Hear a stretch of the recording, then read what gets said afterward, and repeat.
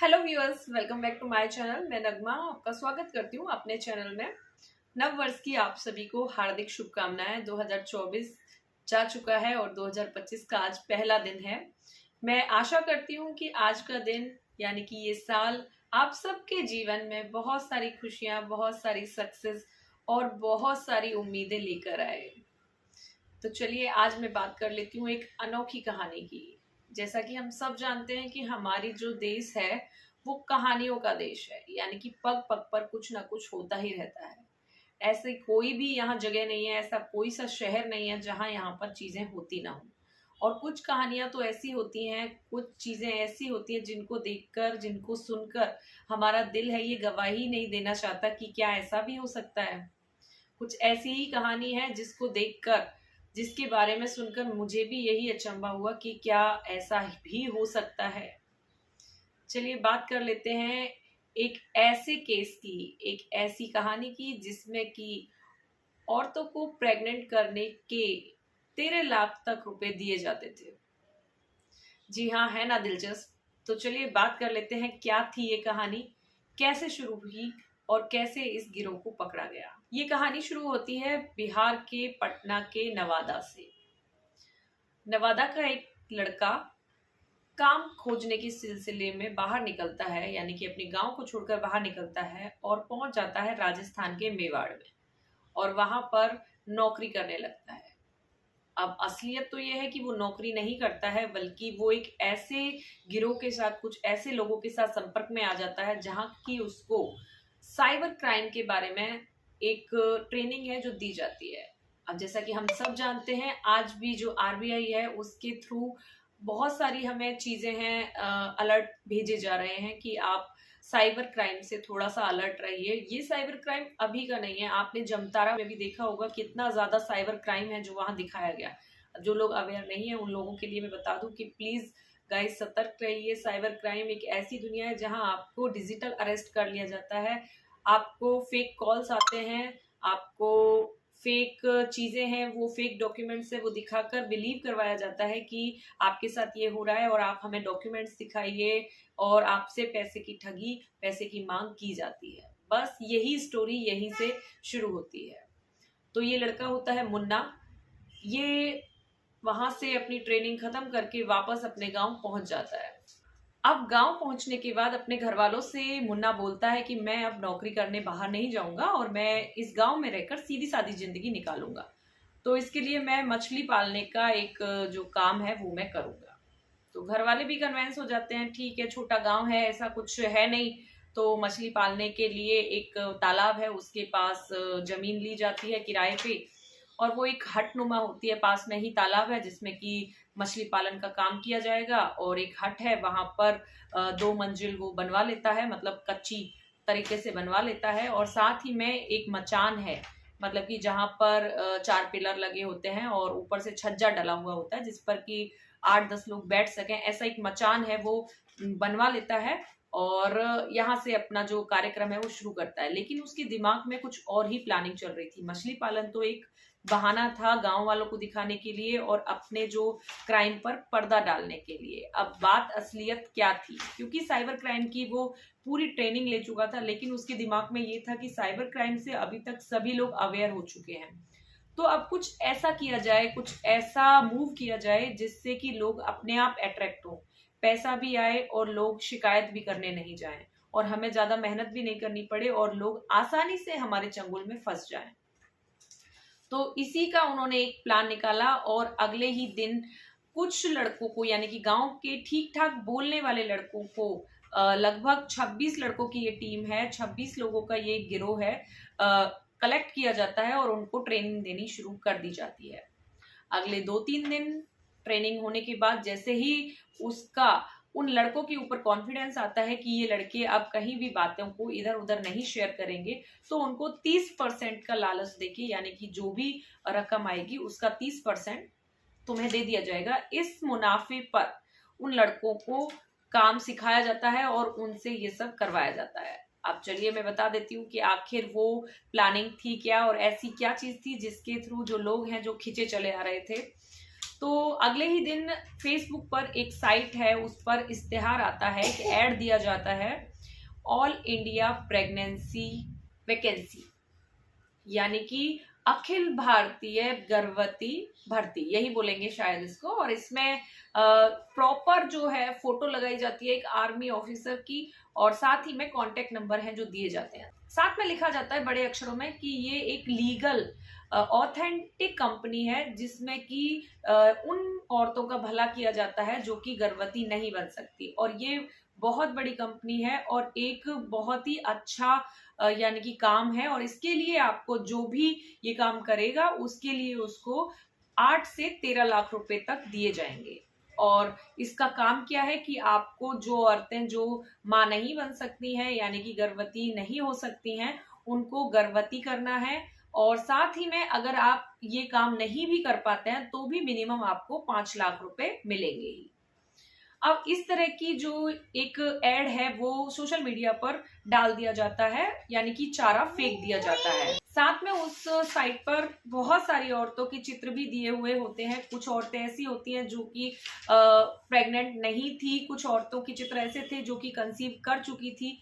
कुछ ऐसे फेक व्यक्तियों को भी लिया गया था जिसमें कि उन्होंने डिटेल्स डाली हुई थी कि हाँ हमने इस कंपनी के साथ काम किया और हमें 13 लाख रुपए मिल गए हैं, यानी कि पूरी तरह से एक जाल बिछाया हुआ था, पूरी तरह से एक कॉन्फिडेंस में लेने की तैयारी थी, और ये जाल है जो फेंका गया। अब जो भी इस साइट पे इस एड को देखता, क्योंकि वहां पर प्रॉपर तरीके से चैनलाइज तरीके से चीजें थी, तो लोग उस एड को जैसे ही क्लिक करते तो क्लिक करने के बाद वहां पर जो भी नंबर शो होता उसमें डिटेल्स भरने के लिए बोला जाता। तो अब उस डिटेल्स में क्या क्या होता, डिटेल्स में आपकी पूरी इंफॉर्मेशन डालने के बाद यानी कि बेसिक इंफॉर्मेशन डालने के बाद आपको 799 का एक रिचार्ज, एक छोटा रिचार्ज डालने के लिए बोला जाता। यानी कि ये एक छोटा मूव था, एक छोटा चारा था जिससे कि फंसा लिया जाए, क्योंकि 13 लाख के सामने ये 799 का रिचार्ज बहुत छोटा है जिसमें कि आपको इतनी सुविधाएं मिल रही हैं। पहली बात तो अट्रैक्शन का पॉइंट है 13 लाख के अलावा खूबसूरत औरतों को आपको प्रेग्नेंट करना है, ये भी एक बड़ा अट्रैक्शन का पॉइंट है। थर्ड जो पॉइंट था वो ये था कि अगर आप कुछ भी नहीं कर पाते हो तो भी आपको 5 लाख तो जो ये साइट है, ये जो अखिल भारतीय प्रेगनेंसी जो भर्ती है, ये आपको देगी ही देगी। तो सब तरह से लॉटरी ही लॉटरी है, तो कोई क्यों ना करे। बस शर्तें ऐसी थी कि एक एफिडेविट आपको लगाना होगा अगर आप इस भर्ती में जाना चाहते हो, तो जिसमें लिखा होगा कि आपको और आपके परिवार वालों को इस जॉब से कोई परेशानी नहीं है और आगे होने वाले जो बच्चे हैं उस पर भी आपका कोई अधिकार नहीं होगा। मतलब अगर कहा जाए तो इस तरह की चीजें की गई, इस तरह की जो चीजें हैं एफिडेविट के साथ, स्टैंप के साथ निकाली गई कि आपको विश्वास हो ही जाएगा कि ये एकदम जेन्युइन है। जबकि जो वहां पर नवादा में पूरी तैयारी थी, जो वो 2 मंजिला जो घर बनाया गया था, वहां पर प्रिंटर से लेकर बहुत सारी सिम कार्ड, बहुत सारे मोबाइल्स, सब पर ये कार्यक्रम किया जा रहा था। तो अब इस चीज को लेकर बहुत लोग बोलते हैं कि वहां से संजय सर का फोन आता था। तो संजय सर का फोन बेसिकली जब आप डिटेल्स भर देते हैं, पूरी चीजें कर दी जाती है, तो वहां से आपके लिए फोन आता है, क्योंकि आपने अपनी पूरी डिटेल्स तो वहां दे ही दी है। वहां से कॉल आता है, कभी इंग्लिश में कोई बात करता है, कभी हिंदी में बात करते हैं, और आपको कन्विंस किया जाता है कि अब आपको इस क्राइटेरिया में यानी कि इस भर्ती में एंट्री करने के लिए आपको एलिजिबल होना पड़ेगा, और इसके लिए आपको सीमन टेस्ट करवाया जाएगा। तो अगर आप एलिजिबल होते हैं तो आपके शहर में ही एक होटल बुक करके अगर कोई औरत वहां के लिए अवेलेबल होती है तो हम वहां पर आपको प्रोवाइड करवा दिए जाओगे। इस तरह की बातें करने के बाद तो फिर व्यक्ति को लगता है कि अरे वाह, खर्चा भी हमारा नहीं है, साथ में हमें किसी और औरत के पास भी जाना है और साथ में हमें मिल रहा है सीधा सीधा पैसा, तो क्यों ना कोई इंटरेस्ट लेगा। बस यहीं से है जो ठगी का कार्यक्रम शुरू हो जाता है, क्योंकि चारा उन्होंने डालना शुरू कर दिया है। पहले छोटा चारा डाला 799 का, और अब उससे बड़ा चारा 2000 का।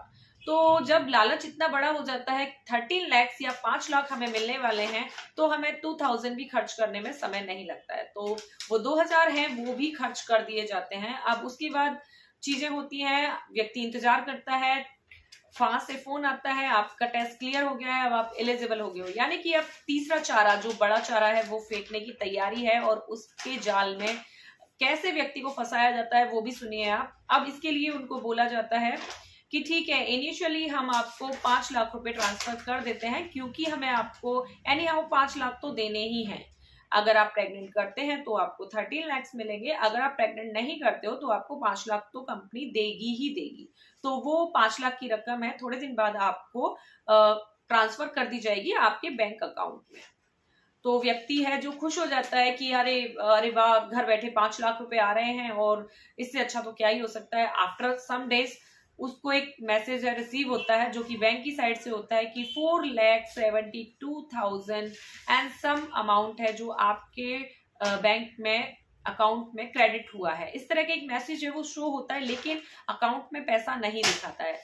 सामने से फोन आता है एक ऑपरेटर का और वो बात करते हैं कि आपके फोन में एक मैसेज आया होगा जिसमें आपको दिख रहा होगा कि आपके अकाउंट में पैसे ट्रांसफर कर दिए गए हैं। लेकिन प्रॉब्लम अब शुरू होती है, क्योंकि आप सभी जानते हैं कि मोदी सरकार ने जीएसटी कितनी टाइट कर दी है। हर एक रकम पे जीएसटी देना बहुत ही ज्यादा कंपलसरी है और इस बात से कोई भी व्यक्ति डिनाई नहीं करेगा कि यस, जीएसटी तो देनी ही होती है। तो कंपनी वालों ने बस यहीं पर फंसाने की जो मेन प्लानिंग की हुई है, उन्होंने बोला है कि आपको ये रकम है जो मिल जाएगी, लेकिन आपको हमें जीएसटी पे करनी होगी। जीएसटी के पे करते ही आपके अकाउंट में पूरे पैसे हैं जो शो हो जाएंगे और आप उनको डेबिट भी कर सकते हो। बस इसी सोच में किसी व्यक्ति के पास अगर पैसे ना भी हो तो भी उधार लेकर वो 22,000 के समथिंग या 22 या 23,000 जो भी जीएसटी बनती है वो उस अकाउंट पर पे कर देता है, जो अकाउंट उनको दिया जाता है। और उसके बाद वो इंतजार करने लगता है। इंतजार करते करते जैसे ही उनको 1 दिन 2 दिन बीतते हैं तो वो फोन ट्राई करता है। फोन पे भी अगर कोई पिक नहीं करता है, सारे नंबर ब्लॉक्स आते हैं। जब वो व्हाट्सएप पे जाते हैं तो वहां से डीपी गायब हो चुकी होती है, कोई भी किसी तरह का रेस्पॉन्ड नहीं दे रहा होता है। अब समस्या ये आती है कि ऐसा व्यक्ति जो ठगा हुआ व्यक्ति है वो जाए किसके पास, क्योंकि ना तो परिवार से ये बात साझा कर सकता है, अगर वो शादीशुदा है या नहीं भी शादीशुदा है तो समाज में इस चीज को अलाउंस नहीं है कि आप किसी भी एक ऐसी परिस्थिति में जाओ जहां आप किन्हीं और औरतों के संपर्क में आकर किन्हीं और औरतों को प्रेग्नेंट करने का एक काम कर रहे हो। वो भी एक समाज में आज भी बहुत अच्छा काम तो नहीं माना जाता। तो इसके लिए परिवार टूटने तक की नौबत आ सकती है। तो इस दर्द की वजह से वो व्यक्ति ना तो अपने घर में ये बात बता पाता है, ना समाज में बता पाता है, और साथ में पुलिस के पास जाने की हिम्मत तो वैसे ही नहीं करता, क्योंकि चीजें ऐसे ही खुल जाएंगी। अब करे तो क्या करे। तो ऐसे केस, ऐसा नहीं है कि ये एक ही केस है, ऐसा केस बहुत सारे लोगों के हुआ। मतलब बहुत सारे शहरों में, मुंबई, रायपुर, असम, अरुणाचल प्रदेश, राजस्थान, साथ ही में बिहार, लखनऊ, बहुत सारी जगह ये सारे क्राइम हुए और साइबर ठगी का लोग शिकार हुए। धीरे धीरे जैसे ही ये जो चीजें ज्यादा बढ़ने लगी तो धीरे धीरे पुलिस के पास है जो थोड़ी बहुत भनभनाहट इसकी पहुंचने लगी, क्योंकि किसी की हिम्मत नहीं थी कि इसके खिलाफ एफआईआर करवाए। सबको ऐसा लगता था कि खाली हमारे साथ ही ऐसा हुआ है। लेकिन जैसे ही चीजें बढ़ने लगी, पुलिस के कानों तक भी ये खबर पहुंची और पुलिस ने इसकी जांच शुरू कर दी। लेकिन पुलिस भी शुरू में कंफ्यूज थी, क्योंकि जो पैसा था, जो अकाउंट में आता था पैसा, वो नवादा गांव नहीं जाता था। नवादा गांव की बजाय वो जो पैसा है जितना भी आता था वो सारा जो है क्रेडिट होता था मेवाड़ के गांव में, यानी कि राजस्थान में। तो पुलिस भी कंफ्यूज थी कि आखिर ये क्राइम कहाँ से हो रहा है, यानी कि नवादा से हो रहा है या फिर ये मेवाड़ से हो रहा है। तो 2 टीम बनाई गई, एक को मेवाड़ भेजा गया, एक को नवादा भेजा गया, और यहीं से तफ्तीश शुरू हुई। तफ्तीश के बाद 8 लोगों को गिरफ्तार किया गया। बहुत सारी सिम, बहुत सारे लैपटॉप वहां से बरामद किए गए। 18 लोग हैं जो अभी भी फरार हैं। 18 लोगों की अभी भी पुलिस है उनका पीछा कर रही है कि कैसे भी वो लोग पकड़ में आ जाएं, क्योंकि ये साइबर क्राइम है और इसके तहत कितने लोगों की, कितने मिडिल क्लास लोगों की जो जमा पूंजी है वो मतलब खत्म हो गई है। कितने लोगों को कितना दुख है वो एक्सप्लेन नहीं कर सकते, कितना ज्यादा लोगों ने ठगा है। इसमें पूरे मामले में बता दूं आपको, 2 से 3 करोड़ का जो ये घोटाला है ये हुआ था और इसमें बहुत सारे लोगों का एक मिली भगती थी। और बहुत सारे लोग हैं जो अपना सर पकड़ रहे हैं आज भी इसके चलते, और बहुत सारे केस हैं जो आज भी चले आ रहे हैं। तो गाइज मैं आपसे कहूंगी प्लीज गाइज सतर्क रहिए, कोई भी फेक कॉल आए या फिर आपको ओरिजिनल कॉल जैसा भी लगे, भले से ही आप उसको एक बार इग्नोर कर दें, या फिर आपको लगे कि कुछ हो रहा है तो पहले उसकी पूरी तसल्ली से तफ्तीश करें। ऐसा ना करें, आनंद फानंद में कोई भी काम ना करें, आपकी जिंदगी की जमा पूंजी को किसी के हाथों में ऐसे ना लगने दें। ये मेरी आपको एडवाइस है। इस केस को आपके सामने लाने का मकसद भी यही था कि साइबर क्राइम से, डिजिटल अरेस्ट से प्लीज बचें। घर की औरतें हों, घर के मर्द हों, घर का कोई भी बच्चा हो, कोई भी क्यों ना हो, इस क्राइम का शिकार हो सकता है। तो प्लीज गाइज अपने घर में खुलकर बातें करें और खुलकर ही चीजों का डिस्कशन करें, आपस में सतर्क रहें, सावधान रहें।